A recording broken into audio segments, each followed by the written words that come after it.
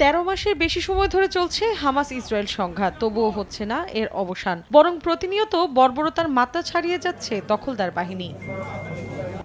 স্থানীয় সময় মঙ্গলবার অবরুদ্ধ গাজা উপত্যকার সাবরা এলাকায় হামলা চালায় ইসরায়েলি সেনারা। এতে হতাহত হন অনেকে। গেল একদিনে দখলদারদের আগ্রাসনে আহত হন বহু ফিলিস্তিনি। আগ্রাসন চলে কামাল আদওয়ান হাসপাতাল এবং আবু তাম্মাম স্কুলের শরণার্থী শিবিরেও। এক বিবৃতিতে বিষয়টি নিশ্চিত করেছে গাজার স্বাস্থ্য মন্ত্রণালয়। জবাবে ইসরায়েলের উত্তরাঞ্চলে হামলা চালায় ফিলিস্তিনের স্বাধীনতাকামী সংগঠন, এমনটাই দাবি তেল আবিবের। যদিও এ বিষয়ে এখনও নিশ্চিত করে কিছুই জানায়নি হামাস।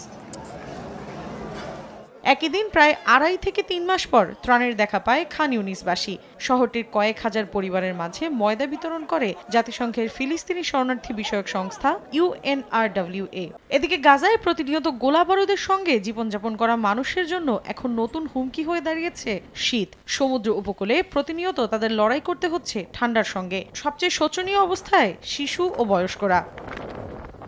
অন্যদিকে লেবাননের যুদ্ধবিরতি মানেই যুদ্ধ শেষ হওয়া নয়। মঙ্গলবার ইসরায়েলের নাহারিয়া শহরে অনুষ্ঠিত মন্ত্রিসভার এক বৈঠকের শুরুতে এ স্পষ্ট বার্তা দেন দেশটির প্রধানমন্ত্রী বিনিয়ামিন নেতানিয়াহু।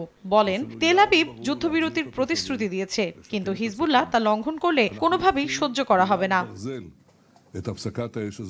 আমরা বর্তমানে যুদ্ধবিরতিতে আছি। এটি যুদ্ধের শেষ নয়। আমাদের একটি নির্দিষ্ট লক্ষ্য আছে, বাসিন্দাদের ফিরিয়ে আনা, উত্তরাঞ্চলে পুনর্বাসন। যুদ্ধবিরতির লঙ্ঘন হলে তা কঠোর হাতে দমন করা হবে।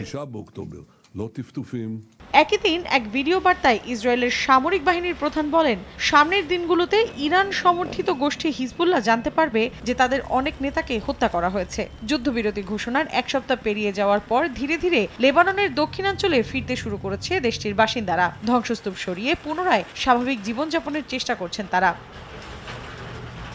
মৌসুমীর সাথী, সময় সংবাদ।